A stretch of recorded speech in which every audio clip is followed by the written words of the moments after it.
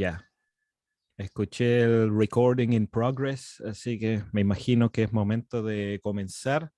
Les cuento primero por qué se nos ocurrió esto. Eh, para los que por primera vez están en un webinar donde yo estoy como presentador, hay varios en este grupo, no sé cuántos eran, unos 6 o 7, que han estado en webinar anteriores que yo he presentado y hemos hecho distintas cosas, hemos hecho de la historia de la isla en general, hemos hecho de distintos aspectos de la cultura de Rapa Nui y hemos hecho también algunos sobre sitios en específico, donde hemos ido a lugares y hemos tratado de grabar cápsulas de 1 minuto sobre distintos espacios de la isla que, bueno, son más o menos turísticos, son más o menos conocidos. Sin embargo, después de terminar el último, nos tomamos un poco más de un mes para pensar de qué forma se puede transportar la isla hacia otros destinos y la cultura de la isla hacia otros destinos. Y una cosa en la que yo no he puesto todavía todo mi esfuerzo ni todo mi afán de investigador es en la tradición oral de Rapa Nui.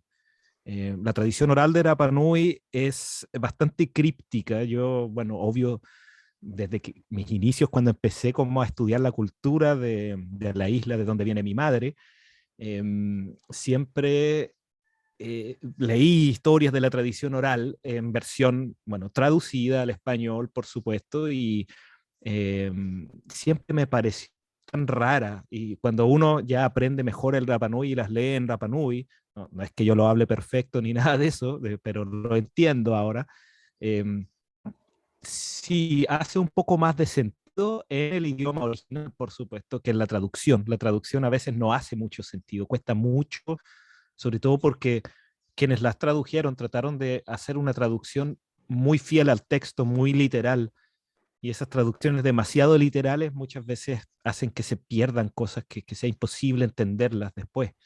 Entonces, las tradiciones antiguas de la isla son difíciles, son complicadas, tocan temas muy tabú para la comunidad hoy en día, tocan temas tabú para la humanidad en algunos casos también, pero que acá no necesariamente lo fueron en ese tiempo.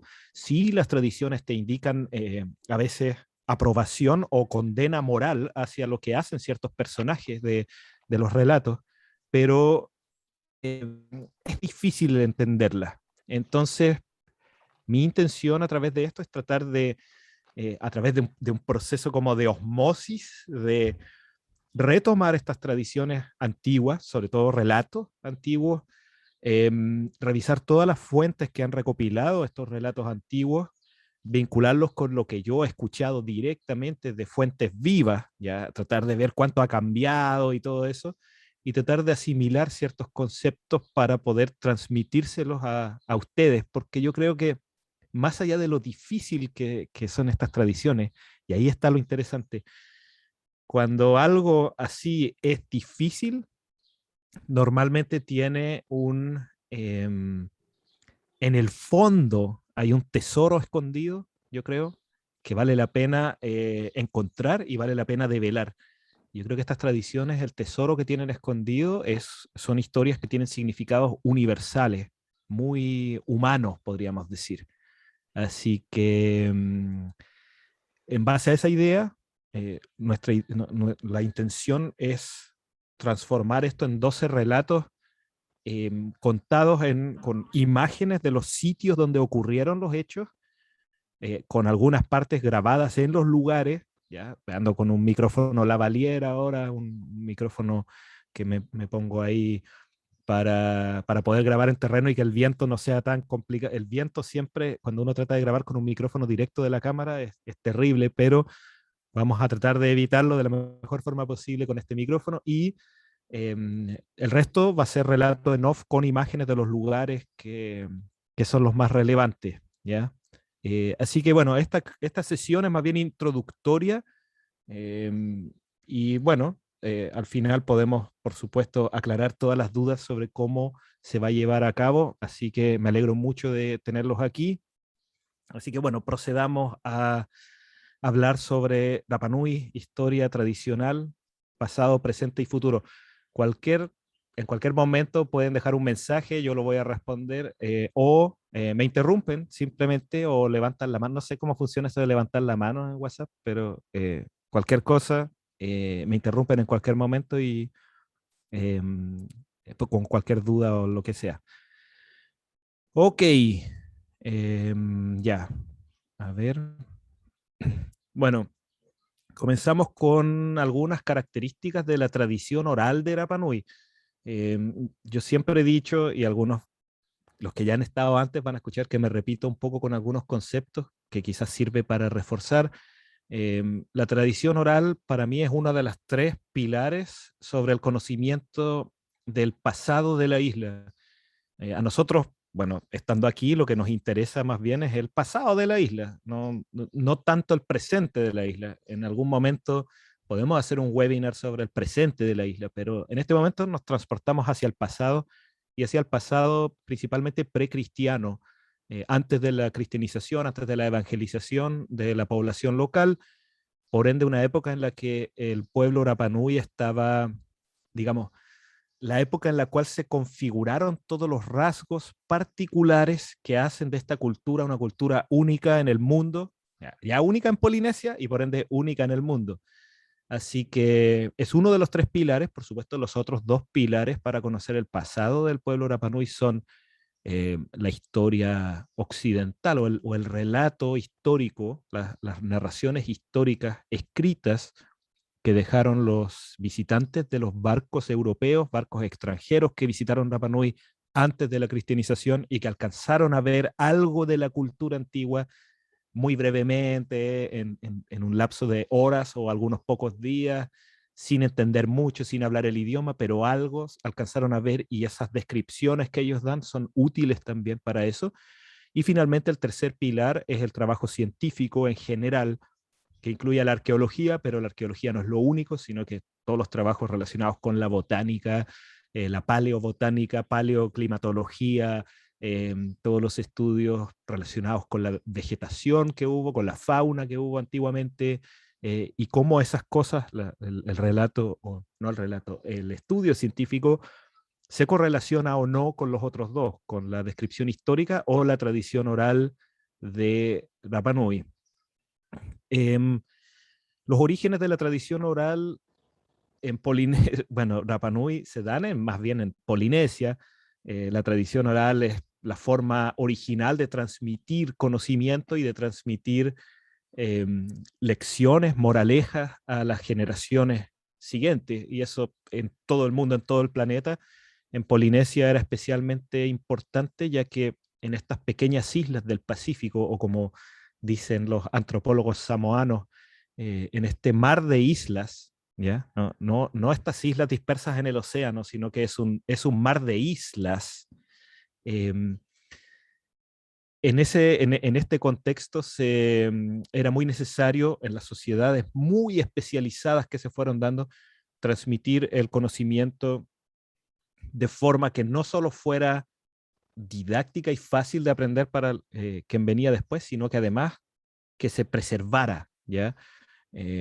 Por ejemplo, la navegación, ¿ya? La navegación en alta mar es algo que no es sencillo. La navegación usando las estrellas, usando las constelaciones, es algo bastante complejo, es algo que demora unos años en adquirir y además viene con un conocimiento acumulado por generaciones.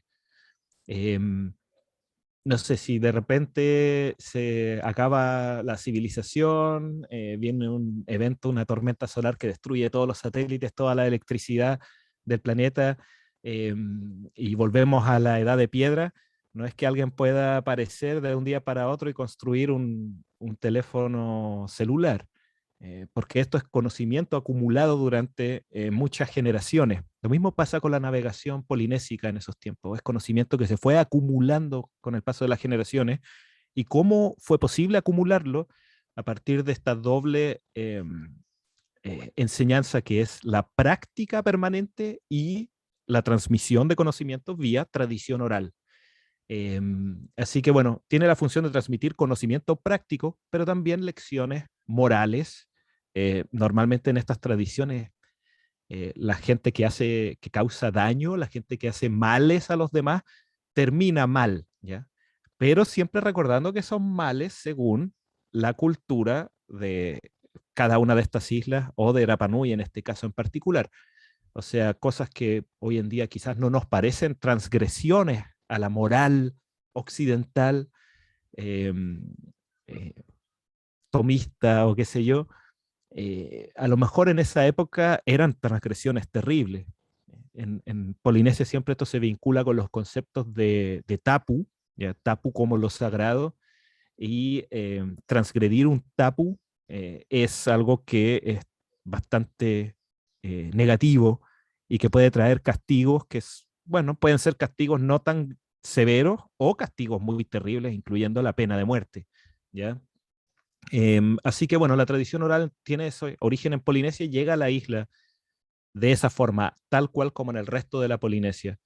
Y tiene estas dos funciones, la transmisión de conocimiento práctico, conocimiento necesario para la agricultura, para la pesca, para la navegación, para todas estas cosas, y por otra parte, cosas relacionadas con lo espiritual y lo moral, ¿ya? Como con lo intangible.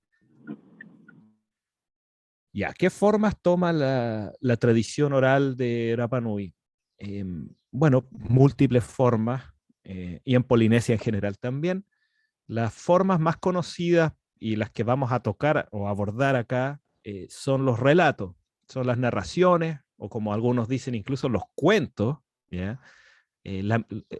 Esa es una forma de transmitir especialmente cosas de orden espiritual y especialmente cosas de orden, no digo religioso, digo espiritual, porque yo, en mi opinión, en la cultura Rapa Nui no había una religión, sino que más bien había creencias espirituales compartidas y que iban evolucionando fluidamente, permanentemente acá, y de ahí que al final en esta isla la espiritualidad general que existía acá era muy distinta, o ya había evolucionado bastante, había divergido de las creencias que hay en otras islas del Pacífico, ¿ya? Em, bueno, está relacionada más bien con eso y con enseñanzas morales, ¿ya? Y estas tradiciones también están muy condicionadas o estos relatos están muy condicionados a la situación de la isla en cada época o en cada periodo. O sea, por ejemplo, la gente se pregunta por qué la guerra es tan prevalente en la tradición oral de la isla, siendo que arqueológicamente se encuentra poco material de guerra, ¿ya? No se encuentra mucho material de guerra por todas partes. Existe, sí, se han encontrado cosas de guerra, por supuesto. Se han encontrado huesos humanos dañados por, digamos, por impacto de armas, ya sea em, de golpe o que generan ya sea contusiones, fracturas o armas cortopunzantes como las lanzas con punta de obsidiana. Eso se ha encontrado, por supuesto, pero en una cifra que no indica como que la isla hubiera estado en un permanente estado de guerra, mientras que la gran mayoría de las tradiciones que se han preservado en la isla tienen que ver con esto, tienen que ver con la guerra, tienen que ver con los conflictos permanentes entre las distintas tribus. No sé si da para profundizar mucho en eso, pero efectivamente la llegada de los primeros barcos europeos en el siglo XVIII genera condiciones en la isla que vuelven a la isla un lugar mucho más impredecible y mucho más caótico, que es sobre todo la introducción de enfermedades eh, que empiezan a diezmar a la población, empiezan a reducir a la población, empiezan a matar a los especialistas que había acá, y por ende se genera un problema de falta de trabajadores, falta de mano de obra, incapacidad para producir lo que hay que producir y por ende conflictos que se van armando entre clanes, entre linajes y posteriormente entre grupos extendidos, ramajes o tribus, si ustedes quieren. Y eso se ve y se caen los Moai y todo eso. Eh, Eso se genera en esta época, no como algo permanente, pero está presente ahí. Y por ende, bajo ese contexto, la guerra causa impactos muy profundos, deja cicatrices en la conciencia general del pueblo Rapa Nui y por ende esas cosas se van a ir preservando como relato durante mucho tiempo. Punto dos, la guerra también está muy presente en la isla por el asunto de los misioneros, ¿ya? Los misioneros católicos de la Orden de los Sagrados Corazones, que son los primeros europeos que se instalan a vivir en la isla, son los primeros extranjeros que se instalan a vivir acá. Antes de ellos, ningún extranjero laico, ningún investigador, por supuesto, nadie, ni un marino siquiera, se instaló a vivir acá en Rapa Nui. Entonces, ellos son los primeros que recopilan algunas nociones tradicionales de Rapa Nui. Y los misioneros entonces lo que más enfatizan son las cosas que son de este tipo, de cosas que muestren al pueblo Rapa Nui como bárbaro, que muestren al pueblo Rapa Nui como salvaje, para así acrecentar el mérito de los misioneros católicos al evangelizarlo. Ah, miren, antes peleaban todo el tiempo, se mataban entre sí, se botaban los moai los unos a otros, eran caníbales, qué sé yo, pero ahora, gracias a nuestro trabajo, gracias a nuestra evangelización, ellos son buenos, son civilizados, son pacíficos, etcétera. Entonces, eso también es sumamente relevante para la preservación de estos relatos. Bueno, sigamos con la forma. El relato solamente es una de las formas que toma la tradición oral. Y el relato, por supuesto, que cambia con el tiempo. Se adapta con el tiempo el relato. Eh, no solamente pasa acá, pasa en otros lados también. Cuando se trata de tradición oral, eh, bueno, es como el juego del teléfono que se jugaba mucho en Estados Unidos, en el hemisferio norte en general, esto de que una persona le cuenta al oído al alumno que está a su lado una historia y después esa persona le cuenta la misma historia solo de oídas, le cuenta sin poder anotar nada, sin poder apuntar nada, le cuenta lo mismo al oído a la otra y pasan una ronda muchas personas y finalmente la última persona cuenta una historia que está bastante alejada de cómo se empezó esto. Esto es algo estudiado, esto es algo que no debiera sorprender a nadie, pero la tradición oral cambia y se adapta. No solamente se cambia porque los receptores de esta tradición distorsionan el mensaje original, sino que además cambia porque cambian las condiciones en la isla, cambian ciertas nociones morales, cambia el contexto general y por ende la tradición necesita adaptarse a el nuevo contexto.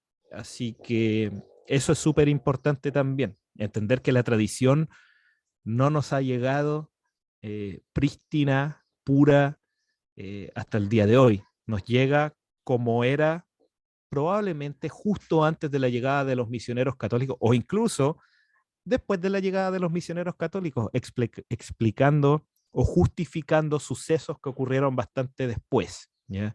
Eso también es muy importante. Así que, más allá de los relatos, tenemos formas de transmisión como son las recitaciones, por ejemplo, que eran muy comunes acompañadas de juegos de hilo, como el kaikai. Y esas recitaciones tienen una métrica, tienen unas rimas que normalmente son asonantes. Entonces, eso no se puede cambiar tan fácilmente, las recitaciones. Pero las recitaciones para conseguir esa estructura que no cambie, también están mucho más editadas, ¿ya? Tienen que estar, es como una poesía, ya no es prosa, es algo que está editado, comprimido de cierta forma para que calce con una recitación como tienen que ser las recitaciones Rapa Nui. Entonces, no es un relato profundo, sino que explica en una versión comprimida, en una versión editada, algún suceso importante para el pueblo Rapa Nui. De la misma forma ocurre en las canciones. Las canciones de la isla, los riu, los uté especialmente, que son los cantos antiguos, los cantos tradicionales, ahí hay muchas claves, ahí hay muchas cosas y significados que los mismos Rapa Nui no recordaban, simplemente se sabían la letra de la canción pero no recordaban ya en el siglo XX el significado o los personajes o cuál era la relevancia. Y eso muestra que las canciones son mucho más resilientes en la preservación de ciertas cosas que los relatos históricos, o sea, perdón, que las historias tradicionales o los relatos tradicionales, pero a la vez no tienen todos los elementos para armar el relato completo, ¿ya? Entonces tenemos eso, relatos, recitaciones, canciones, etcétera. Ya, a ver, ¿alguna pregunta? Ah, no, están debatiendo Carla y Carlos. Em, bueno, en términos de correlaciones, uno puede encontrar correlaciones con otras islas del Pacífico en los relatos de la tradición oral de Rapa Nui, correlaciones directas, ya nombres de algunos eh, espíritus superiores o deidades como Tangaroa o qué sé yo. Vamos a hablar de Tangaroa también en uno de los relatos. Em, pero sobre todo correlaciones culturales, ¿ya? Sí hay que recordar que esta isla era una isla bien especial dentro de Polinesia. Eso es súper importante dejarlo claro. No es una isla que fuera, no sé, si uno va a Tahiti, a Moorea, bueno, están ahí al lado, o si uno va a Tahiti y va a Taha'a o a Arayatea, ya, sí hay algunas leves diferencias, pero son islas que están en un clima muy parecido, que tienen tipos de suelo muy parecidos, cultivos idénticos, todo es más o menos igual. Em, en cambio, acá en esta isla tenemos una isla que está fuera de los trópicos, tenemos una isla que es mucho más gris, especialmente en invierno, una isla donde llueve menos, una isla donde a veces hace frío. Para el estándar polinésico, aquí hace frío, entonces los cultivos costaba mucho más hacerlos crecer. La pesca es muy diferente, no hay muchas playas, hay dos playas con arena en la costa norte, había una playa acá en la costa oeste también, pero muy chicas, muy menores. Es una isla baja, es una isla sin valles, es una isla que está totalmente expuesta a los elementos, no hay valles acá, no hay nada que esté protegido, encajonado. Entonces es una isla con condiciones muy particulares, muy diferentes a las del resto de la Polinesia, y eso también configuró un arte que es muy diferente, relatos que son muy diferentes. Entonces, todas esas correlaciones que encontramos con otras islas del Pacífico son muy valiosas, nos recuerdan que todo esto viene desde la Polinesia, o que surgió en la Polinesia y que acá se transformó, acá mutó, se produce la metamorfosis de la tradición oral polinésica aquí, pero por otra parte también eh, sería importante trabajar más las correlaciones y tratar de encontrar otras, ya que la tradición nuestra está bastante más fragmentada que en otras islas de la Polinesia, que la han podido preservar mucho mejor que aquí en Rapa Nui. Y eso nos lleva al punto de la vulnerabilidad de la tradición oral. La tradición oral de, a ver, en general la tradición oral es vulnerable, ya explicamos un poco que se distorsiona con el paso del tiempo, pero también, por ejemplo, la tradición oral, volviendo al ejemplo de la navegación, es súper frágil en un sentido temporal. Por ejemplo, digamos que en el siglo XIV venían embarcaciones hasta acá, desde las Islas Australes y desde las Islas Gambier, Mangareva y desde Rapa o Rapaiti. Pasaban por el archipiélago Pitcairn o el grupo de islas Pitcairn, donde están Oeno, donde está la isla Pitcairn, donde está Henderson, donde está el atolón de Ducie, y después de eso terminaban llegando hasta acá. Esas islas eran escalas en el camino.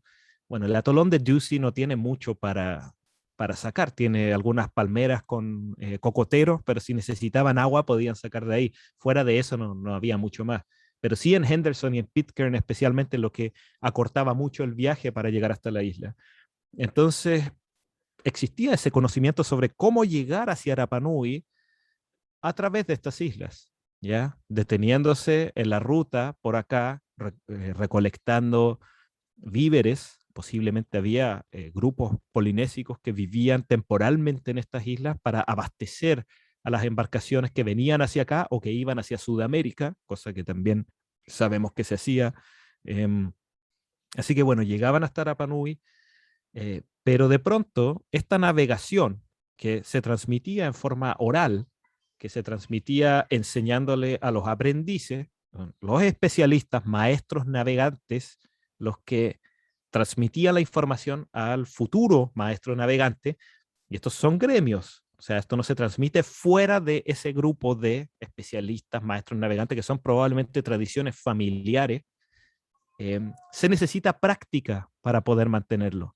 O sea, se necesita hacer estos viajes permanentemente hacia la isla para poder transmitir, además de la práctica, todas las nociones astronómicas necesarias, todos los elementos de la embarcación misma que son necesarios, todas las formas de detectar en las corrientes, en el oleaje, ciertos patrones, todas las formas de detectar el comportamiento de las aves marinas para saber si se está cerca de una isla o no. Todas esas cosas que hoy en día se perdieron. Y que los polinésicos tuvieron que recuperar mucho tiempo después con gente de la Micronesia, con gente de Satahual, que sí había preservado esas tradiciones porque esa navegación de ellos nunca se acabó completamente y quedaban todavía un par de viejitos por allá que podían transmitir la información. Mau Piai Lug, el más conocido de todos, que fue maestro de Nainoa Thompson, que permitió finalmente que en Hawái Nainoa Thompson y su grupo recuperaran la navegación ancestral polinésica y pudieran recrearla tiempo después con el Hokulea en los años 70. Y de ahí, bueno, ha ido creciendo, por supuesto. Nueva Zelanda tiene sus barcos y otras islas también, las Islas Cook, etc. Entonces, ocurre que en 1453, eh, bueno, en el 1300 hay un fenómeno climático, no está bien estudiado, pero Patrick Nunn asevera que en el 1300 hubo un incidente volcánico de importancia que redujo la temperatura de las aguas del Pacífico y que cambió condiciones de navegación, cambió dirección de las corrientes, cambió la dirección de los vientos porque el clima del Pacífico, de la cuenca general del Pacífico cambió, se enfrió. Y después en 1453 está la gigantesca erupción volcánica de la caldera de Kuwae en Vanuatu, y eso también cambia el clima y reduce la temperatura del planeta durante décadas. Eh, y en Polinesia también aparentemente obliga al abandono de Pitcairn y Henderson, que al ser islas chicas, también subtropicales, eh, los cultivos en esa zona ya no daban para mantener una colonia permanente ahí, se abandonan estas islas que estaban en la ruta hacia Rapa Nui y se deja de navegar durante algunas décadas. Posiblemente cuando vuelve a la normalidad esto de poder navegar, porque se arregla el clima otra vez, qué sé yo, pero a esas alturas ya nadie se acordaba cómo llegar hasta Rapa Nui, porque ya habían pasado 40 años o 50 años o 100 años y nadie nunca había hecho este viaje. Y ante la incertidumbre de si eventos así van a volver a ocurrir, las sociedades polinésicas se volvieron más conservadoras y dejaron de navegar largas distancias, solo mantuvieron navegación de corta distancia. Entonces, ahí hay un ejemplo de cómo este tipo de tradición oral práctica, producto de un incidente climático importante, cataclísmico, uno podría decir, se corta una tradición, se acaba, ¿ya? Y en el caso de Rapa Nui, en particular, hay un evento que es catastrófico, que es la introducción de la viruela, bueno, los actos de piratería, introducción de otras enfermedades anteriormente, tráfico de esclavos desde la isla hacia Perú, y luego la introducción de la viruela, que redujo la población a menos de un 10% de lo que fue alguna vez, menos, bastante menos de un 10%, y posteriormente una diáspora o un éxodo hacia la Polinesia central en 1871, donde 2/3 de la población que quedó, los sobrevivientes, se fueron para allá y se quedaron a vivir en otras partes de Polinesia o murieron allá y después tuvieron descendencia ya con otra gente de otras islas. Entonces, la tradición oral que llegó hasta nosotros, sea práctica o sea de otro orden, nos ha llegado totalmente fragmentada, nos ha llegado en vestigios de lo que fue la verdadera tradición oral Rapa Nui ancestral, que tiene que haber tenido un corpus gigantesco, un corpus muchísimo más grande, que se ha conservado un poco mejor en otras islas, pero que acá lamentablemente estuvo al borde de la extinción. Bueno, fragmentación lo acabo de explicar. Entonces, estos fragmentos que nos han llegado hasta nosotros son las pocas historias conocidas que tenemos, los pocos eh, Patautau, o no se sabe bien cuál es el nombre Cris, original de antes, los Patautau. perdón, ¿Sí? antes que sigas, que Dime. hay dos preguntas en el chat de Carlos. Ya. Cultura lapita. Cultura lapita son los antepasados de los polinesios. La cultura lapita se le llama a un periodo de la cultura austronesia entre que se había extendido entre Papúa Nueva Guinea y Samoa, y ahí dejó un tipo de cerámica con diseño. A eso se le llama cultura lapita. Entonces son descendientes de los austronesios, los lapitas. Entonces es como el eslabón entre los pueblos austronesios que emigraron desde Taiwán y los pueblos polinésicos que colonizaron lo que hoy en día se llama el Triángulo Polinésico. Eh, Así que la pita está justo al medio, entre medio de estos dos. Esa cerámica la pita fue reemplazada posteriormente por lo que se llama la cerámica polinésica propiamente tal, que no tiene diseño, que es plana, sin ningún diseño, y que solamente estuvo en la zona de Samoa y Tonga y Fiji también, pero que no fue más allá, porque las islas más allá de Samoa, Tonga y Fiji solamente tienen coral, no tenían suelos arcillosos que permitieran hacer cerámica. Curiosamente, Rapa Nui sí tiene esos suelos, pero no a esas alturas. Ahí hay otro ejemplo. Cuando llega eh, la cultura polinésica hasta acá, habían pasado cientos de años desde que salieron de Samoa en dirección hacia el este, pero como habían pasado por todas estas islas que no tenían material de buena calidad para hacer cerámica, se dejó de hacer cerámica, se llega hasta acá y acá hay material bueno para hacer cerámica, pero no se hizo cerámica en la isla, nunca, por lo mismo, porque se perdió la tradición oral. Eso habla un poco de la fragilidad de la tradición. ¿Y cuál fue el máximo de población estimado? Bueno, ahí se entran discusiones bizantinas permanentemente, los arqueólogos no se ponen de acuerdo, así que no se sabe con certeza.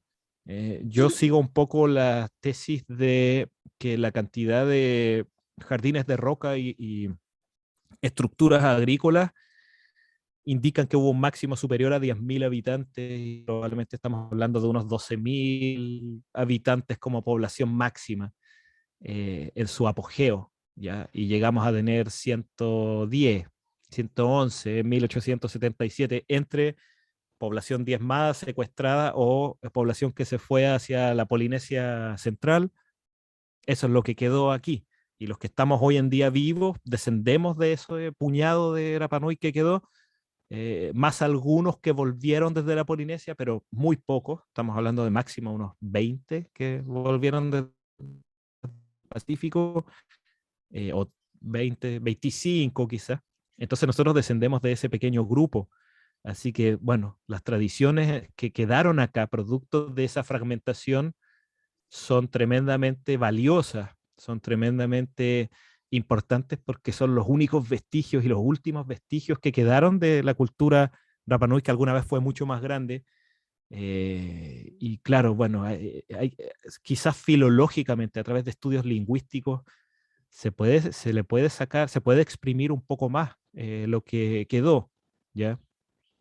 Bueno, continuemos. Bueno, la tradición oral de Rapa Nui, después de todo este proceso, y después de estar a punto de desaparecer, porque, a ver, lo importante cuando quedan 110 personas es sobrevivir. Entonces, los esfuerzos se dedicaron principalmente, de la comunidad, se dedicaron principalmente a transmitir lo que era esencial para la supervivencia, lo que era esencial para subsistir. Entonces, agricultura, pesca, todo lo que pudiera hacerse para, bueno, para que no se extinga este pueblo. Entonces, no es que haya muerto la tradición oral, no es que haya desaparecido la tradición oral, sino que simplemente se enfocó con todas sus energías en esto. Además, con la cristianización de la población, que fue un proceso gradual y que fue un proceso consolidado por los mismos Rapanui, especialmente mi tatarabuelo Pacarati Urepotagi, catequista, que se convirtió en el líder de la iglesia local en 1888 y fue el líder de la iglesia local casi 40 años. Él fue el que terminó de cristianizar a la población, aunque con un estilo bien polinésico, bien sui generis, no una cristianización, eh, digamos, al estilo católico apostólico romano. Así que todo esto estaba en vías de simplemente ser reemplazado por estos nuevos elementos culturales importados, si no fuera por la llegada de antropólogos extranjeros. Estos antropólogos extranjeros estaban muy interesados en tratar de descifrar unas tablillas que existen en la isla o existían en la isla, ya no hay en ninguna, todas se las llevaron a museos fuera, que son las tablillas rongorongo, que tienen la escritura antigua, tradicional de la isla, que era la única escritura en todas las islas del Pacífico. ¿Ya? Esa escritura no ha sido descifrada hasta el día de hoy, pero intentos de descifrarla comienzan en 1871, 1872. El primer texto con un intento de descifrarlo aparece en 1873. Todo esto de parte de un sacerdote obispo de Tahiti que se llama Tepano Josen o Tepano Jausen, como ustedes quieran decirle. Descifrar el rongorongo, eh, para poder descifrarlo primero hay que manejar el idioma, pero además de manejar el idioma, Rapa Nui, la lengua Rapa Nui, que ya estaba siendo influenciada por el tahitiano, por el mangarebano, desde la llegada de los misioneros que trajeron catequistas en los idiomas de las islas que ya habían sido cristianizadas, eh, llegaron con toda esa intrusión lingüística que fue moldeando un poco el idioma Rapanui. También los Rapanui adoptaron estos conceptos, estos elementos de otros idiomas polinésicos y el idioma fue mutando, fue cambiando, como hacen todos los idiomas. Eh, pero las tablillas rongorongo no estaban escritas en ese idioma que estaba mutando, estaban escritas en el idioma previo, en el idioma sin influencia foránea, en el idioma antes de la cristianización, en el idioma antes de la llegada de colonos extranjeros, y por ende se necesitaba tratar de llegar al idioma en el cual los rongorongo estaban escritos. Y para eso también se necesitaba saber y conocer los conceptos ancestrales. Entonces, básicamente, en un inicio, para poder descifrar o intentar descifrar las tablillas rongorongo, los extranjeros vinieron a tratar de recopilar y de recolectar las historias tradicionales, los relatos tradicionales, la tradición oral de Rapa Nui. Así que empezaron a transcribir, empezaron a intentar traducir, y esto empieza también a fines del siglo XIX, ¿ya? Y en el siglo XX, los últimos ancianos que quedaban, en la primera parte del siglo XX, digamos hasta la década de 1910, los últimos ancianos de la isla y ancianas de la isla que quedaban, que habían vivido en plenitud la era precristiana y que recordaban todavía las historias que habían recibido de sus abuelos, de sus bisabuelos, bisabuelas, en muchos casos, eh, eran las últimas personas que podían, a las que se podía acceder con ese relato, ¿ya? Con ese relato, o como se pretendía, ese relato en estado puro. Y bueno, después de su fallecimiento en la década de 1910 o inicios de la década de 1920, quedaron todavía algunos antropólogos que intentaron hacer salvataje recopilando relatos como de, hoy en día dirían como de segunda mano, de parte de Rapa Nui, especialmente Juan Tepano y algunos otros que vinieron o que fueron a consultar con todos estos ancianos para hacer un trabajo de salvataje interno, ¿ya? Un trabajo de salvataje dentro de la comunidad. Eh, Así que estas personas recopilaron las tradiciones de Rapa Nui sabiendo que estos ancianos iban a morir para después quedar ellos como los centros, digamos, sí, el centro, la antena repetidora de estos relatos para cualquier extranjero interesado en ellos y que, claro, entendieron lo valiosos que eran estos relatos también, pese a que ya no se aplicaban en el sentido moral, porque eso había sido reemplazado por el catolicismo, y pese a que ya no se aplicaban tampoco en el sentido práctico, porque ya habían llegado otros cultivos, otros implementos, ganado y otras cosas totalmente distintas. Entonces queda esto como una memory culture o una cultura de la memoria, eh, y que hoy en día, con la globalización y con la llegada del turismo y todo eso, por supuesto que ya no es solo eso, sino que es más bien un pilar del orgullo de ser Rapa Nui y son cosas que van a lo profundo de qué somos hoy en día, qué somos qué significa ser Rapa Nui y de dónde venimos. Pero bueno, eso vino un poco después. Em, durante ese trabajo de salvataje, entonces, yo acá hice como un cuadro con los nombres de los principales colaboradores de estos extranjeros que vinieron a recopilar tradiciones antiguas. Así que tenemos básicamente dos ramas. Otro flagelo que llegó y estuvo a punto de destruir la tradición oral de la isla fue la lepra. Sin embargo, eh, la lepra hizo que se generara otro núcleo aparte, fuera de Hangaroa, menos influenciado por los extranjeros, menos visitado o casi no visitado. Por ejemplo, hoy en día, con el turismo, muchas tradiciones se han distorsionado hasta volverse irreconocibles o se han inventado incluso tradiciones nuevas respecto de ciertos sitios, producto del turismo, producto de tener historias que contar, producto de tener relatos que hacer a los extranjeros. Entonces, también algunos creían que en esta misma época, producto de la llegada de estos antropólogos extranjeros, solo para tener historias que contar a los antropólogos extranjeros, algunos de estos relatos también aparecieron en Hangaroa. Sin embargo, en el leprosario, que era un lugar no visitado, que era un lugar al que prácticamente nadie iba a consultar a nadie porque les daba miedo o porque les causaba, no sé, repugnancia ir para allá, eh, no estuvo influenciado por todo esto. Entonces algunos creen que la segunda rama, que es la rama que evolucionó en torno al leprosario, eh, o a la colonia, al norte de Hangaroa, donde fueron aislados estos pacientes de mal de Hansen, eh, es donde se preservó más puro, menos influenciado, menos contaminado el relato tradicional. ¿Ya? La primera rama entonces comienza en 1873 con Metoro Tahuaure, el primer traductor, entre comillas, del rongorongo. Ciertamente Metoro no sabía leer el rongorongo. Después tenemos a Ureva Eiko. Ureva Eiko era una persona que fue tuura de los Arikimau, de los reyes en Anaquena, o sea, fue sirviente de los reyes en Anaquena y estuvo expuesto a los cantos, a los patautau, a las recitaciones de las tablillas rongorongo y las memorizó, pero no podía leer las tablillas. Lamentablemente, él solo fue consultado una noche acá en Hangaroa en 1886 y después de eso nadie pudo volver a encontrarlo porque él ya era muy anciano y falleció antes de que alguien pudiera venir a entrevistarlo otra vez. Y luego tenemos al grupo de ancianos que fueron consultados por la expedición Mana, especialmente por Catherine Routledge y su traductor, mi otro tatarabuelo Juan Tepano Orano. Entonces ahí tenemos a Beriamo Ajuki, Yoteva Majerenga, Mijaera Keremuti, Capiera Rebajiva, Joane Nukubabara, Ventura Fatiron Opua, Domenica a Vaca Tucuonge, Eutimio Orangitopa, Porotu a Ure Oviri, Ramón Tejaja, Hei Apaenga y Pacarati Ure Potaji.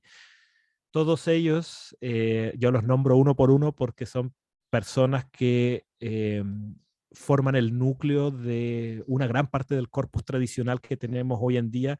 Sin ellos no tendríamos prácticamente nada hoy en día. Y ellos, a avanzada edad, comenzaron a transmitir estos relatos, ya sea a Routledge o a Juan Tepano, ¿ya? Y por eso ven en 1920 en negrita la letra, Juan Tepano, porque Juan Tepano, al ser traductor de Routledge, fue finalmente quien entendió todas estas tradiciones mejor que nadie. Él se las transmite traducidas a Routledge, pero es el que las comprende en su profundo significado en su lengua original. Entonces, cuando ya todos estos ancianos mueren en esa misma década, en 1920, desde 1920 en adelante, el colaborador por excelencia fue Juan Tepano. Dicho esto, hay algunos ancianos y algunas personas que no fueron consultadas por Routledge. Bueno, también en el leprosario, ahí abajo se ve la segunda rama, y que sí fueron consultadas por algunos Rapanui. Y ahí aparece Carlos Teao, Victoria Arapajango, Juan Araki y algunos más por ahí. Entonces ahí se ve abajo la lista principal en la base del cuadro: Timoteo Ureatoro, Acutino Verijeca, Arequilio Púa Arajoa, Tori Harakura, Ararico Icajiba, Atamu Jarecaijiba y Felipe Jujucaju. Todos ellos, lo importante de ellos, de este grupo, es que ellos sirvieron de base para la escritura posterior de manuscritos, que son los manuscritos Rapanui, que han sido arbitrariamente clasificados por letra: manuscrito A, manuscrito B, manuscrito C, manuscrito, bueno, D, E, F, G, hasta H, me parece, y que son manuscritos, algunos están incompletos, algunos solo tienen fragmentos.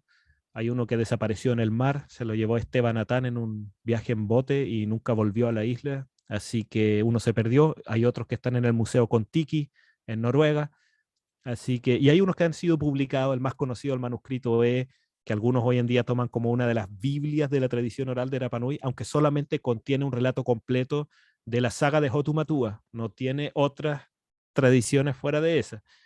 Así que bueno, ahí hay otro grupo, y entre medio están estas figuras como medias ambiguas, como Terongo Atequena, Arone Rapu, Ana Eva Heiren, Ajopu Hopu, Verónica Taura A, y posteriormente Hilaria Atán, y finalmente algunos de los que consiguieron el conocimiento del leprosario, pese a que se escribió parte de esto en estos manuscritos. Después fallecen estos ancianos, por alguna razón se deja de recopilar manuscritos, o tal vez haya algunos más por ahí que no conocemos.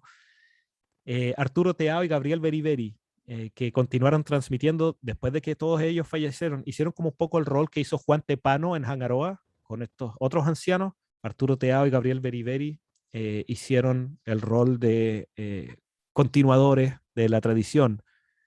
Así que bueno, eso es clave. Y finalmente ya en la década del 60, 70 tenemos a los últimos bastiones, podríamos decir, a la generación post Juan Tepano, post Arturo Teao, post Gabriel Beriberi, que ahí está el cuello de botella de la tradición oral. ¿Ya? Juan Tepano fallece en 1947, Arturo Teao también fallece en 1947, Gabriel Beriberi fallece en 1965, era un poco menor, pero ya afortunadamente a esas alturas estaban los que habían logrado internamente dentro de la comunidad recopilar estas tradiciones, como Santiago Pacarati, yerno de Juan Tepano, Amelia Tepano, hija de Juan Tepano, que es la línea principal a través de la cual se preservó el Caicay, las recitaciones con hilos. ¿Ya? Mateo Gereberi, Leonardo Pacarati, Timoteo Pacarati, Mariana Atán, Nicolás Pacomio, Horacio Teao, José Fati, Felipe Teao, Carolina Ica, Tomás Aoa, León Tuqui, Lázaro Jotu, Luis Abaca, Martín Pate y Juan Atán. Normalmente cuando en esos años se les preguntaba a ellos de dónde sacaron las tradiciones, siempre van a nombrar a uno de los que aparece detrás, a la izquierda de ellos en el cuadro. ¿Ya? O sea, si le preguntan a Leonardo Pacarati, ¿cómo sabes tú eso? Siempre va a nombrar a alguien que está a la izquierda. Si alguien le preguntaba a Carolina Ica, ¿usted de dónde sacó esa información? Siempre va a nombrar a alguien que está a la izquierda del cuadro. La obtuve de tal anciano. Entonces, eso es importante, que la tradición oral en esta época ya siempre hace referencia a otra persona. Y hoy en día, no sé, por ejemplo, en Maujenúa hay un grupo que está a cargo de en la comunidad indígena que está a cargo de la administración del Parque Nacional. Hay un grupo de patrimonio inmaterial, y este grupo de patrimonio inmaterial ha consultado con las personas mayores hoy en día. Y por ejemplo, cuando ha ido a presentar Felipe Tuqui Tepano, él siempre hace referencia a quienes a él le enseñaron. Entonces, él nombra a Benedicto Tuqui, él nombra a Santiago Pacarati, él nombra a Amelia Tepano y a otras personas que estaban detrás de él. Así que, o sea, antes de él, ¿ya? Así que eso ha seguido hasta el día de hoy. Alguien pregunta, Juanatán Paoa. No, es su tío Juanatán Pacomio, llamado Rarerare, ¿ya? Un poquito mayor que Juanatán Paoa o Juan Perús. Ya. Bueno, entendiendo entonces un poco cómo funciona la tradición oral y cuáles son las fuentes de la tradición oral, una breve explicación de cómo o cuál va a ser el enfoque de este webinar. Bueno, el enfoque entonces no lo vamos a hacer en los patautau, no lo vamos a hacer en las canciones, en los riu, en los uté, sino que lo vamos a hacer más bien con los relatos tradicionales. Dicho esto, muchas canciones, muchos riu, muchos uté complementan estos relatos. O sea, hay canciones que están vinculadas con estos relatos, que aportan muchos datos sobre estos relatos y por supuesto que todo eso lo hemos tomado en cuenta para generar un relato coherente, para generar un relato que tenga todos los elementos disponibles desde todas las fuentes posibles. Así que bueno, están los estudios de las canciones de la isla que hizo Ramón Campbell. Ahora Ramón Campbell hizo unas traducciones muy malas de todas estas canciones, entonces las traducciones no hay que tomarlas en cuenta, solamente hay que tomar en cuenta los textos originales y bueno, tratar de traducirlos uno mismo o preguntarle a la gente que maneja mejor el idioma Rapa Nui cómo el significado de algunos conceptos más complicados que pueda haber. Pero sí, están traducidos por el Taote Campbell, pero muy mal.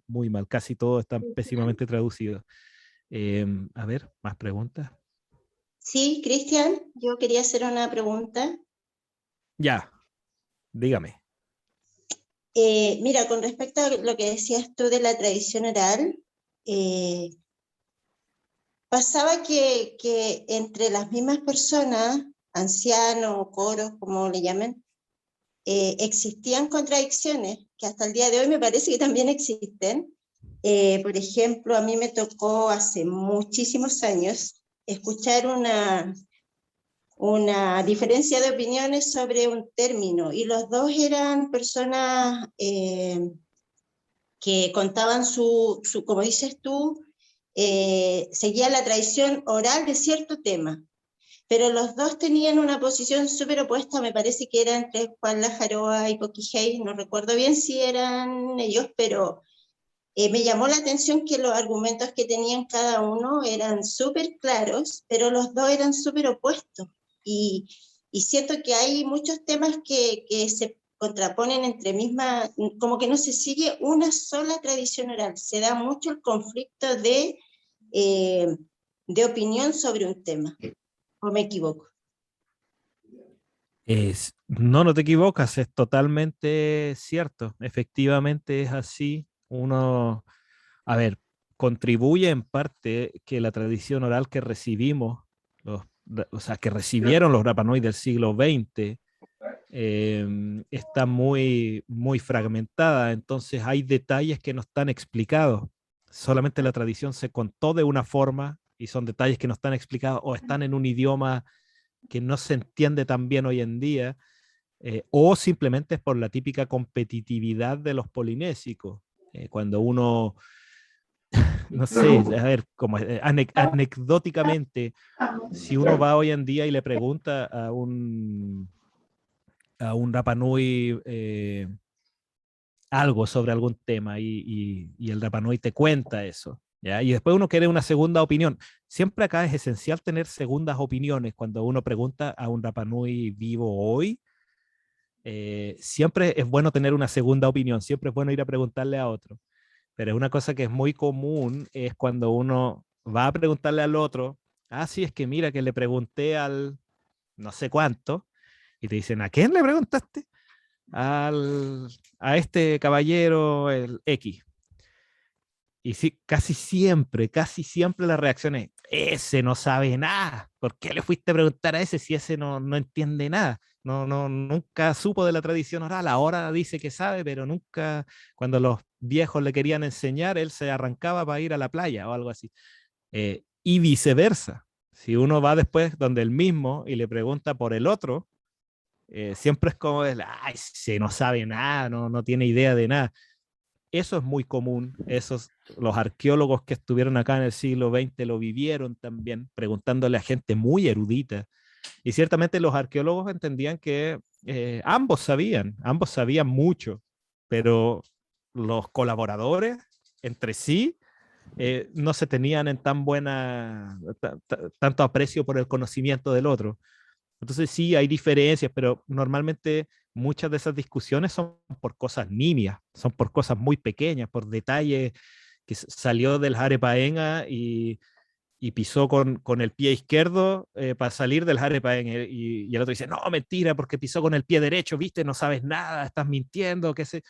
Entonces, hay un poco, yo creo que es también validarse ante el extranjero o validarse ante el estudioso, ante el investigador, eh, digamos, en comparación con el otro. Es como, tengo que validarme y tengo que demostrar que yo sé más que este otro. Entonces, Cristian, yo creo que va por ahí también.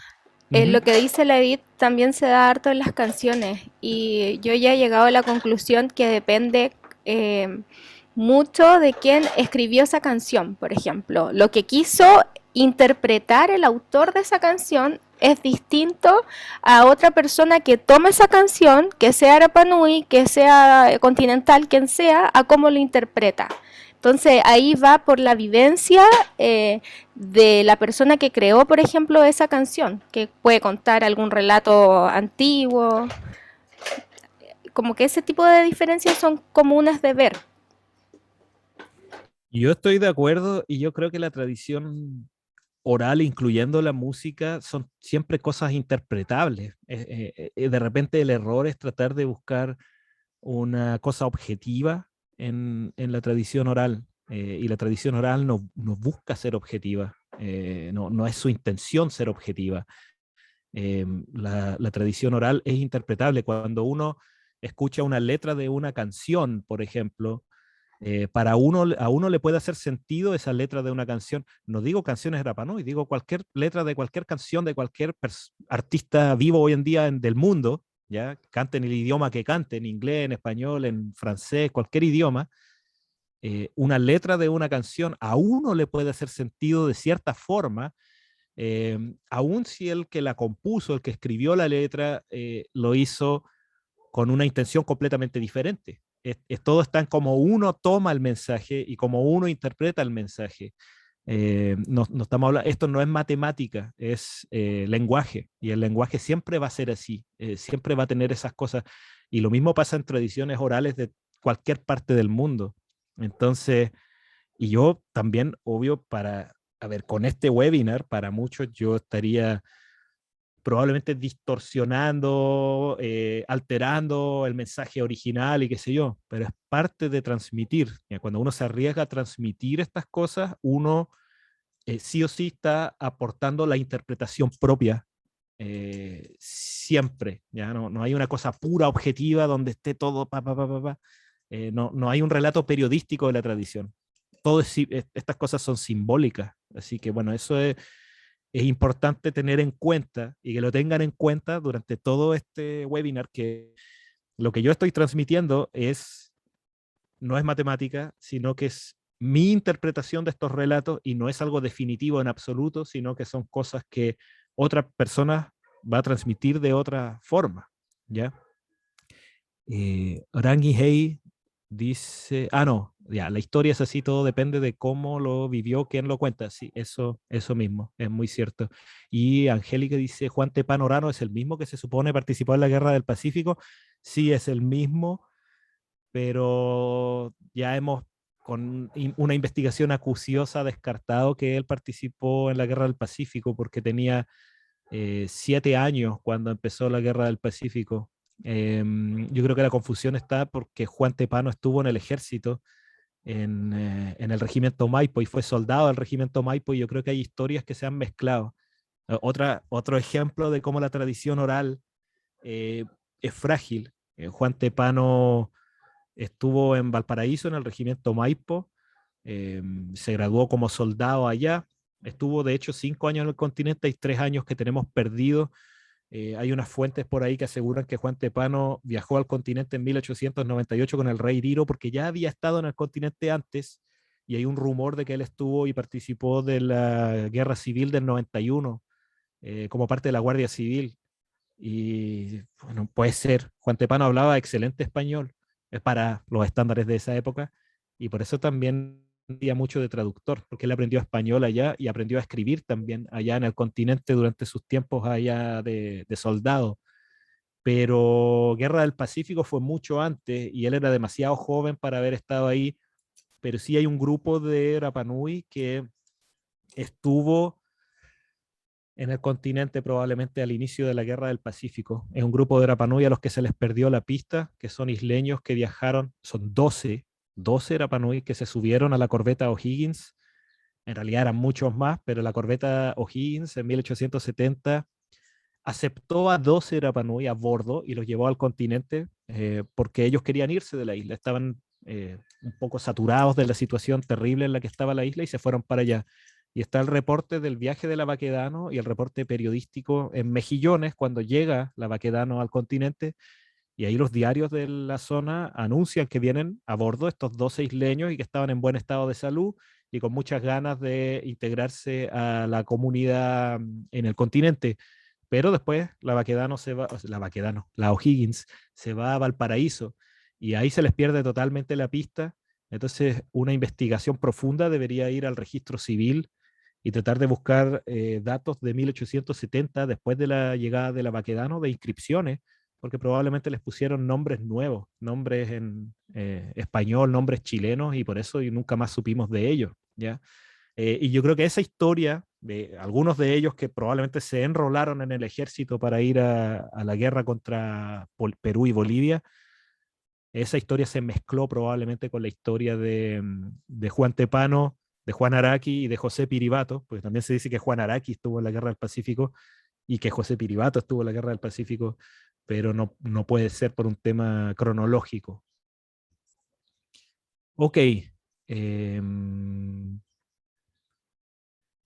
Ya, la narración, es lo que decía anteriormente, la narración es original, esta narración yo no sigo textual nada, ¿ya? Porque las que nosotros recibimos o las que están transcritas por las fuentes tampoco son textuales, son narraciones originales de cada, entre comillas, informante, de cada etnógrafo, de cada estudioso que vino a consultar.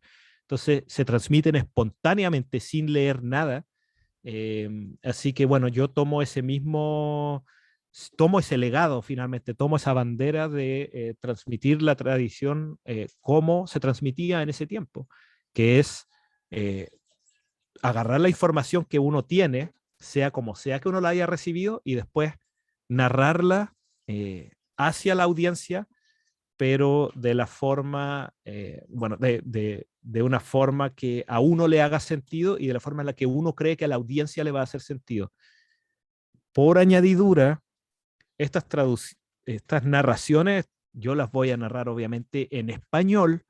También me gustaría buscar la forma de traducirla en inglés en algún momento o a otros idiomas, pero eh, son desafíos mayores, ¿ya? Siempre la tradición oral de este tipo, los relatos tradicionales se preservaron dentro de la comunidad y se transmiten en lengua Rapa Nui, porque siempre se ha pensado que son cosas significativas o importantes para la gente que vive acá solamente.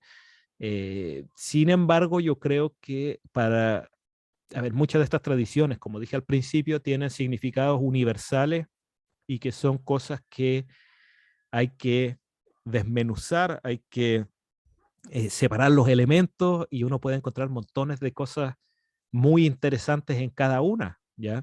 Finalmente están hechas por una comunidad humana, por una comunidad civilizada y por una comunidad bueno, que tiene, eh, tiene las mismas características que cualquier otra comunidad del planeta, las mismas características esenciales que cualquier otra comunidad en el planeta, solo que vivió en contextos completamente diferentes, ¿ya? Entonces, bueno, eso es importante. Esto es traducido al español, pero liberalmente, ¿ya? No textual, no tomando textos ni nada. Además de eso, estas narraciones yo las he obtenido de fuentes muy diversas, ¿ya? Así que yo estoy tratando de condensar toda la información posible en un relato nuevo, lo más completo que se pueda, eh, pero obviamente va a estar distorsionado por mi propio input como investigador y por mi propio input como traductor y por mi propio input como editor. Así que sí, yo por supuesto trato de respetar el núcleo, el sentido y el mensaje de cada una de estas tradiciones, pero ya traducirlo es todo un tema. Traduttore, traitore, dice el dicho en italiano, ¿sí? Traductor, traidor. Pero bueno, alguien tiene que hacerlo, porque si no, a ver, yo creo que esto queda restringido a esta pequeña comunidad y yo creo que no es lo que hacían los ancestros. Por algo estas personas le narraron a los etnógrafos que venían de afuera estas tradiciones, aunque alguien lo tuviera que traducir para ellos. Es porque a los Rapanui les interesaba esto, de que esto saliera de las pequeñas fronteras de la isla. Y de hecho, el hecho de que saliera de estas fronteras de la isla hizo sobrevivir a muchas de estas tradiciones, porque hay un feedback permanente o una retroalimentación permanente donde el Rapanui alimenta al etnógrafo, el etnógrafo se lleva estas cosas y las publica en libros afuera, pasan las décadas, pasan los años y las tradiciones cambian, se distorsionan o desaparecen y surgen otras, pero finalmente esos libros terminan llegando a la isla.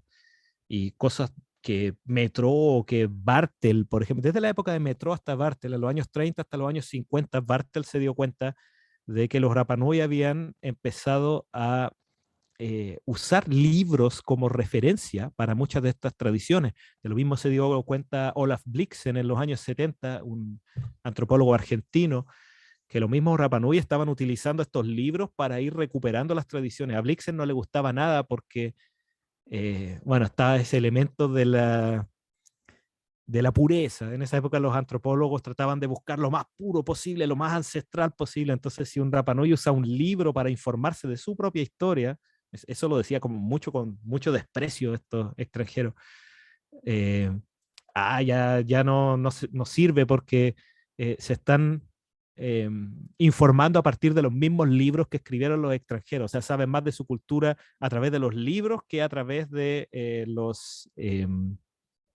de la misma tradición oral. Y aún cuando ese fenómeno sí se daba, y sí se da todavía, muchos escultores usan como modelo las fotografías eh, que aparecen en los libros, el libro de Chauvet, por ejemplo. Ese fue la base para hacer todos los Moai Cava Cava de los museos otra vez. ¿Ya? El Moai Cava Cava nunca fue una copia el uno del otro, pero bueno, lo más popular para que se vendiera era hacer réplicas de las piezas de los museos. Así que bueno, eso se usó mucho. Entonces yo veo que sacar esto de la isla, llevarlo afuera, es internacionalizarlo, es volverlo algo mucho más eh, global y finalmente eso puede expandir bueno, el alcance, por supuesto, de estas tradiciones, pero además de eso puede contribuir a que no desaparezcan, ¿ya? Aunque sea el sentido, no la tradición en este caso en Rapa Nui. De todas maneras, yo voy a compartir en el Discord y voy a compartir, bueno, de la forma que sea, los textos que yo estoy usando para estas narraciones, los textos originales. Después sí de subir los videos y después de cada sesión, yo voy a subir al Discord los textos originales que yo usé, o la mayoría, por lo menos, ¿ya? Ok. Nos vamos a concentrar cronológicamente en la época precristiana, por supuesto. No tenemos relatos después de la llegada de los extranjeros. Se impone un poco más la tradición para fines prácticos cuando la población casi se extingue y después ya el lenguaje escrito. Entonces, por eso hoy en día muchos valoran más los manuscritos Rapa Nui que la misma tradición oral Rapa Nui.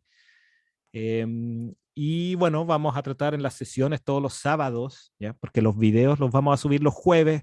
La idea es que ustedes lo vean jueves o viernes. Si quieren verlo varias veces mejor, porque así se impregnan de esto, y los sábados la intención es conversar y analizar estas tradiciones. Más que una clase, la idea es que sea una discusión sobre cómo interpretamos, cómo entendemos cada uno de los relatos que van a ir saliendo los días jueves, ¿ya? Las fuentes que yo uso, bueno, son diversas. Ahí, bueno, estoy haciendo un poco de, como dicen en inglés, flexing, mostrando algunas de las joyitas que tengo de literatura, algunas, por supuesto, pero las fuentes son William Thompson, 1886, que recopiló algunos pocos relatos bien extraños en esa época. Los manuscritos Rapa Nui, todos, ¿ya? Que también yo lo considero hasta esa época tradición oral, que se escribió después, eh, aparentemente esos manuscritos datan de las décadas entre 1910 y 1930. Después viene lo de la expedición de Walter Knoche, un alemán que después se radicó en Chile y después se radicó en Argentina, que vino a instalar una estación meteorológica, pero se interesó mucho, bueno, más que meteorólogo era un naturalista y además era un tipo muy erudito y que se interesó mucho en la tradición local. Se conoce poco su obra en Chile porque publicó principalmente en alemán, idioma que yo entiendo, pero digamos que tiene cosas bien, bien interesantes, aunque no estuvo mucho tiempo en la isla, estuvo como 2 semanas más o menos. Después viene Catherine Routledge, fuente importantísima, que estuvo casi 17 meses en la isla entre 1914 y 1915. Después viene Vives Solar, que estuvo entre el año 14 y 1918. Él estuvo años viviendo acá, entonces también tiene unos relatos muy interesantes, muy profundos, con mucho detalle. Y Bienvenido de Estella o Estela, que era un sacerdote capuchino español que estuvo entre 1900, bueno, visitó la isla, estuvo 8 meses en total, y entre sus dos viajes, entre 1917 y 1918, recopiló algunas tradiciones también un poco distorsionadas. Acá las mejores fuentes hasta el 1920 son lejos Routledge y Vives Solar. Lejos, esas dos son las mejores fuentes. Y ahí por eso tengo los dos libros, El misterio de Isla de Pascua, que obviamente yo tengo la versión también en inglés original, publicada en Londres, The Mystery of Easter Island, que es donde ella, bueno, tiene las tradiciones en su traducción original, pero además de eso tengo las notas de campo de Catherine Routledge, donde salen historias eh, sin editar, ¿ya? Aunque es un poco difícil de leer. Y tengo Vive Solar ahí en las imágenes abajo, Rapa Nui Cuentos Pascuenses, que lamentablemente no tiene la versión en Rapa Nui, también están traducidas al español, pero siempre sirven para correlacionarlas con las demás, ¿ya? En la década del 20, John Macmillan Brown, de Nueva Zelanda, no, o australiano, ya no recuerdo, me disculpan si me equivoco, creo que era kiwi, y sí, estaba en la Universidad de Auckland y todo eso. Estuvo un tiempo y bueno, era un poco delirante, pero recopiló algunas tradiciones también, o versiones de tradiciones que ya habían sido recopiladas por Routledge y por Vives Solar.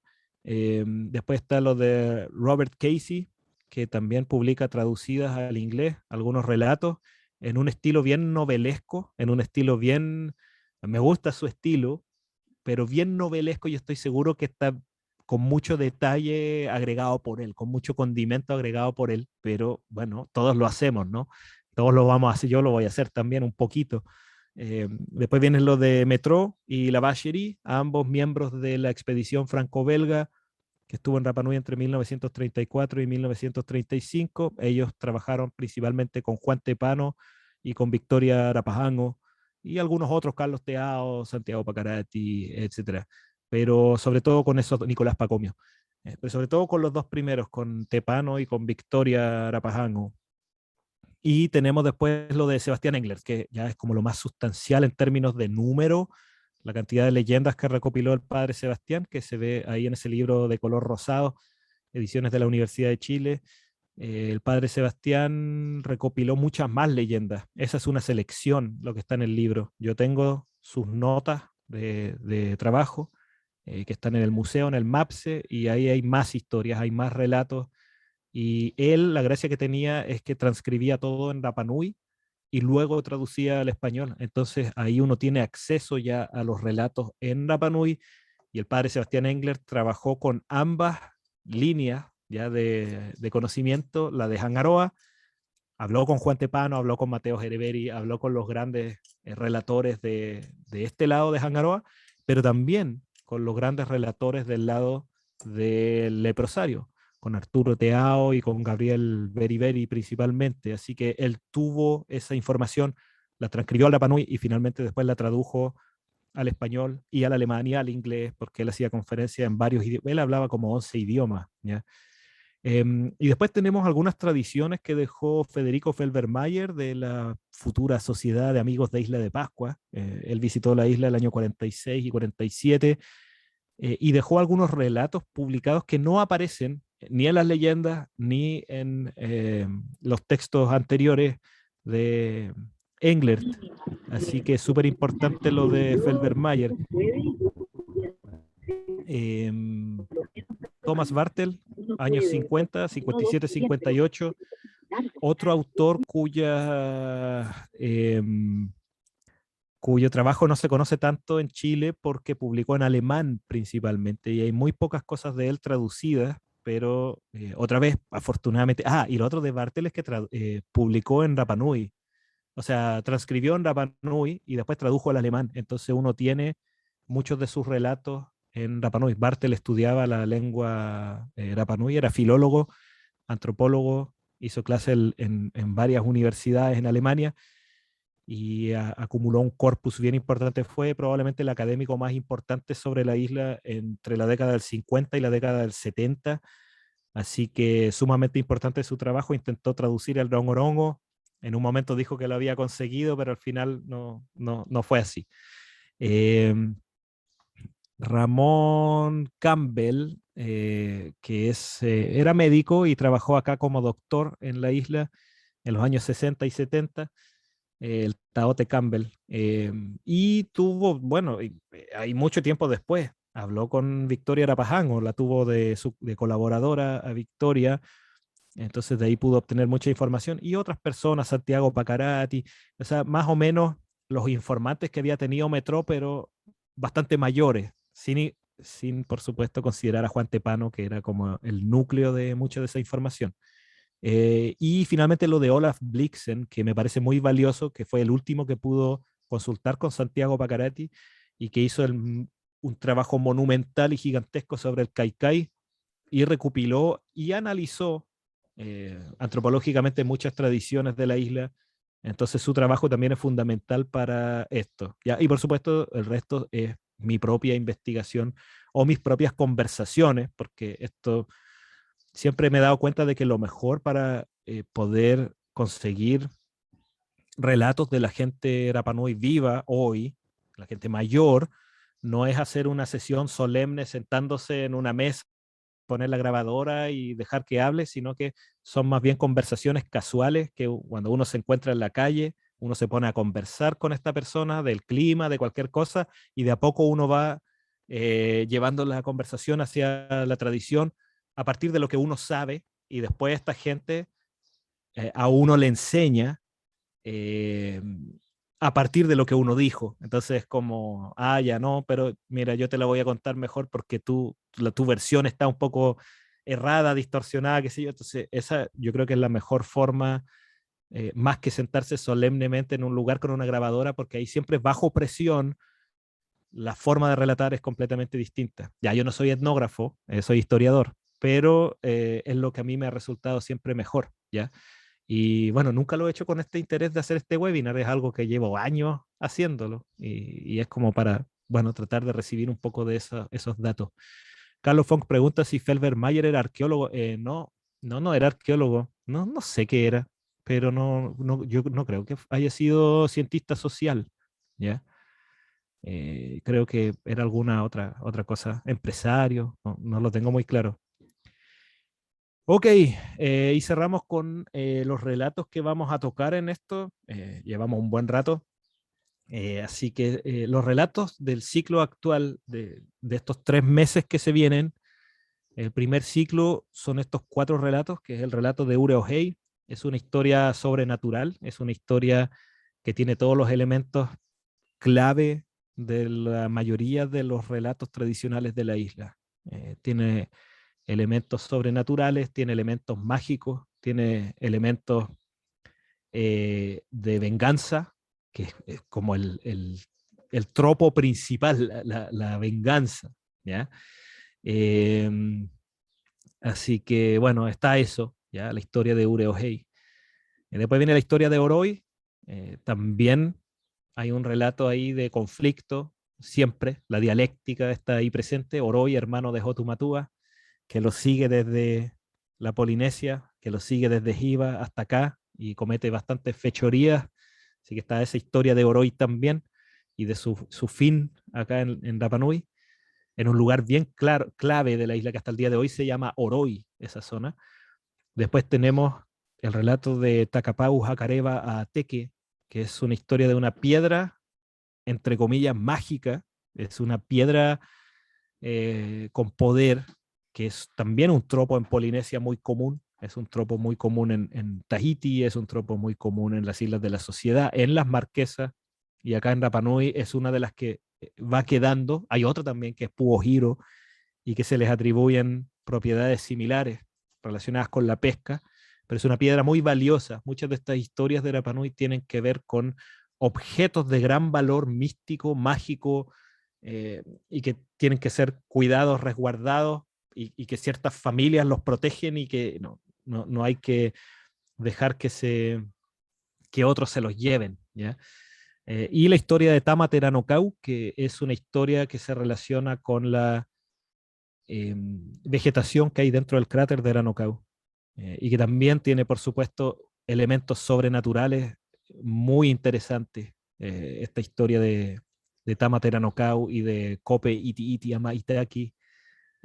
Así que también vamos a hablar de eso. La segunda parte tiene 4 relatos que son la historia de Ujo. Ujo, una joven que añora conocer el mundo más allá de los confines de Rapa Nui y más allá del horizonte que es hasta donde se alcanza a ver desde acá, y que finalmente logra salir de la isla, pero después se anda arrepintiendo un poco. Entonces está la historia de Ujo, que es bien interesante también, está llena de elementos eh, muy extraños y que a mí me parece una de las historias más completas y más bonitas de la isla, la historia de Ujo. Eh, Aunque tiene cosas que quizás pueden ser eh, eh, bastante perturbadoras para algunas personas. Pero bueno, eso es lo interesante. Acá las historias no tratan de hacer sentir cómodo a la audiencia, sino que tratan de narrar como fueron, según la creencia de Rapa Nui, esas cosas. Después viene lo de Tangaroa, la historia de Tangaroa versus Teteco, una historia relacionada con la divinidad. La historia es corta, pero vamos a tratar de profundizarla como con la idea de las deidades. Entonces vamos a profundizar en esos aspectos, la idea de la deidad, y su rol en Rapa Nui y cómo acá se rompe finalmente con las deidades del resto de Polinesia. Y eso está muy presente en la historia de Tangaroa. Tangaroa es el dios del mar y en muchos casos Dios creador del mundo en muchas partes del Pacífico, ¿ya? Después viene Nuahine Piquea Uri, que es una historia mágica también, una historia de Aku Aku, es una historia bueno, Nuahine Piquea Uri también puede ser la historia de eh, Urea Ojo Veji, ¿ya? Urea Ojo Veji. Hay una calle que se llama Ojo Veji en la isla que tiene, por supuesto, relación con la historia, porque de ese lugar era Urea Ojo Veji que finalmente se encuentra con este espíritu que es la Nuahine Piquea Uri y otros espíritus más, otros Aku Aku, ¿ya?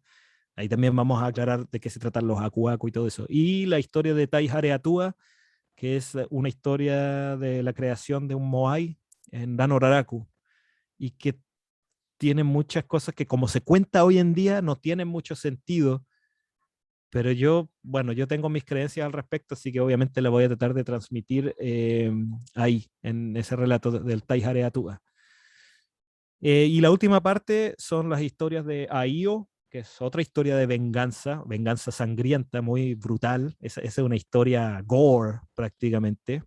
Pero bueno, ahí está y es bien interesante. Y el lugar donde transcurren los hechos todavía está, pero casi prístino, como estaba en la época en la que se supone que ocurrió este hecho, el Hare o Aio, o la casa de Aio. Después vamos a Urea Bayanuge y su relación con dos Aku Aku, que son Kuja y Irati.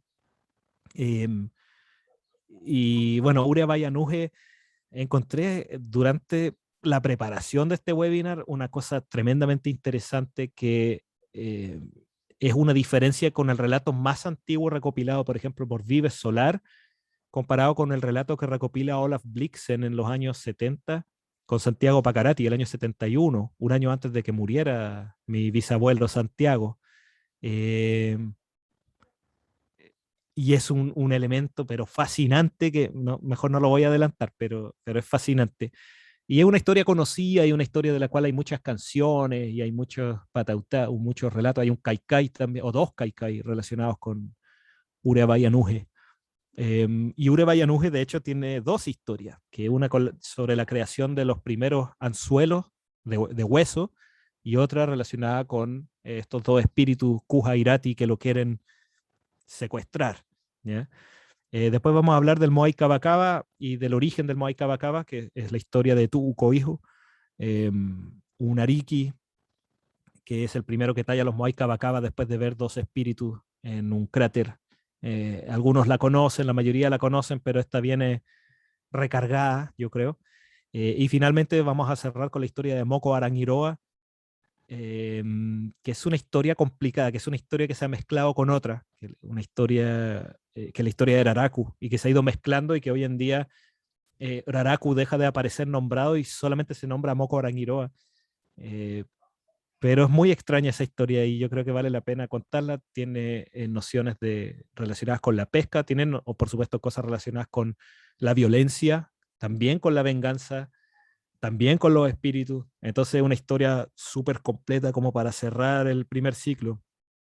Yo tengo, aparte de estos 12 relatos más que ya tengo recopilados en alguna parte, como para hacer en el futuro otro ciclo de 3 meses con 12 relatos más, pero como esto es un webinar experimental, vamos a ir probando qué resulta, qué funciona mejor, qué no funciona tan bien.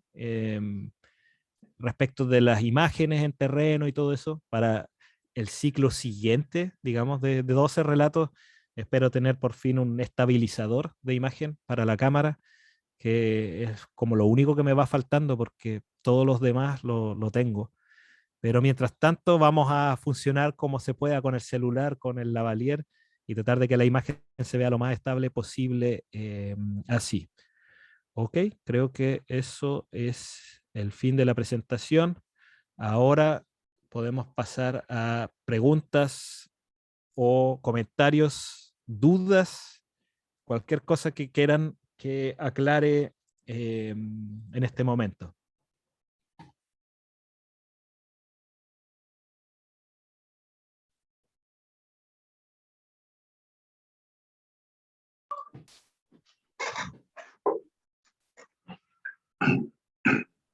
Está todo súper claro. Yo creo que darte las gracias por tu investigación, por el cariño con que haces esto. Realmente encuentro que es un lujo tenerte de profesor. Así que muy agradecida. No, gracias a ti, José. Y qué gusto tenerte a ti, esperando también tu input sobre todo lo que vamos a ir viendo. Sí, está muy interesante, así que genial, hay que ponerse a estudiar. Y Excelente. además, Es un privilegio además contratar tecnología moderna. Estamos en la isla. Eso yo ya de la clase pasada no lo podía creer. Todos los sábados en la mañana estaba en la arena en Aquena. ¿Cuándo uno pensó que podía hacer eso? Y además con un guía como Cristiano, wow. Gracias, Carlito. Oye, dos puntitos rápidos, Cristian. Revisé lo de Felbermayer. Él era empresario, trabajó en la compañía Tabaco, pero después fue filántropo, o sea, ayudó mucho. Y de ahí su colección. Oye, lo otro, tú hablabas de unos textos que estaban en alemán, Cristian. Yo no Sí, tengo sí, problema en sí. ayudarte en traducir algo que sea cortito. Yo a Ricardo, a Ramírez le ayudé con una traducción en alemán. Si tienes alguna duda Buena, alguna vez, ¿eh? buenísimo. En serio. Ya, sí, bueno, yo entiendo el idioma y lo hablo un poco. De hecho, cuando chico lo hablaba mucho mejor que Ah, ahora. de El veras. punto es que Ya. el desuso me hizo No, la olvidar gramática es mucho. endiablada. La Sí, gramática es es endiablada. complicado. Sí, pero Pero claro, en no, sí, serio, de ¿eh? repente hay Si necesitas conceptos algo, que... feliz. Vale, muchas gracias, Carlos. Sí, igual, Cristian, Angélica, agradecer, ya. No, no, dale, disculpa, dale. Sí. agradecer igual la exposición de hoy. Yo soy profesora de historia, así que feliz con todo lo que entregas, con las explicaciones que das de tu metodología de trabajo, igual, creo que me sirven muchísimo. Desde que conocí la isla, he tratado de ponerle un plus distinto cuando trabajo en clases, esos temas, aclarando ciertos conceptos que, como tú señalas, aprendí de la gente. Entonces, como que allá el pueblo habla de esto, y nosotros desde la mirada continental hablamos de esto otro, haciendo como el parangón de diferencia que existe en ese pueblo y en tantos pueblos más. Así que agradecer. Y bueno, trabajo en un colegio alemán, así que me sumo al ofrecimiento de Carlos. Cualquier cosa que necesites, tenemos alemanes en el colegio, así que la bibliotecaria feliz de ayudar a traducir lo que se necesita. Dankeschön. Bitte sehr. Ya, po. Bitte schön. Angélica escribe, mencionaba los cabacaba. ¿Cuál es el significado de los cabacaba y los acu? Bueno, Eso lo vamos a ver. eso va a estar en la historia, pero claro, los Moai Cabacaba son representaciones de la forma real de los acu, o al menos esos acu que vio tu cohijo en Punapau. Pero los detalles no los vamos a spoilear, pero se viene muy pronto. Ok, gracias. ¿Eh? Hasta Ya próximo pues. jueves. ¿Jueves? Jueves vamos a subir, ya, los jueves ¿Cómo es el en tema? PM vamos a subir los videos. Esto les va a llegar como, bueno, va a llegar como mensaje, como enlace al Discord o al Classroom o al mail o a todas las anteriores. Estos son enlaces privados, los videos no van a estar en la lista de YouTube, o sea, van a ser solamente enlace privado para quienes están aquí. Bueno, si ustedes lo quieren compartir, van a perder la exclusividad, pero la idea es que lo vean ustedes, y después los sábados a esta misma hora, o sea, el próximo sábado, este jueves va a estar arriba el primero, y después el sábado con el video ya visto, la idea es que nos reunamos a discutir y a conversar sobre lo que se vio sobre el relato que se vio en el video. Esa es la metodología finalmente. ¿Alguna duda, otra pregunta?